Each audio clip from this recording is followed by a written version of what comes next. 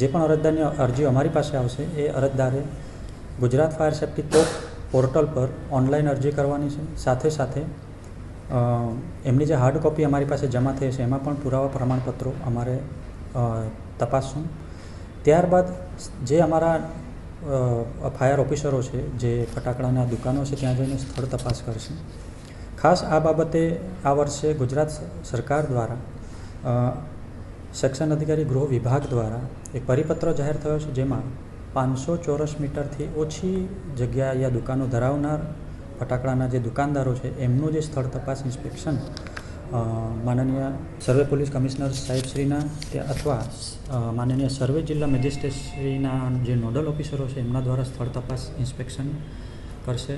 Fire અધિકારીઓ પણ સ્થળ તપાસ ઇન્સ્પેક્શન કરશે. જે પણ 500 ચોરસ મીટરથી ઓછું હશે એ લાયસન્સ ત્યાંથી આપવામાં આવશે, અને 500 ચોરસ મીટરથી વધુ હશે એમનું જે સ્થળ તપાસ કરી અમારા ફાયર વિભાગ દ્વારા આગળની કાર્યવાહી કરવામાં આવશે. દરેક દુકાનોમાં આ મુજબ જે ગાઈડલાઈન આવી છે એનું સંપૂર્ણ પાલન થયું હશે, એ દુકાનદારે કર્યું હશે તો તેમને ફાયર અભિપ્રાય આપવા માટે અમે આગળ કાર્યવાહી કરીશું.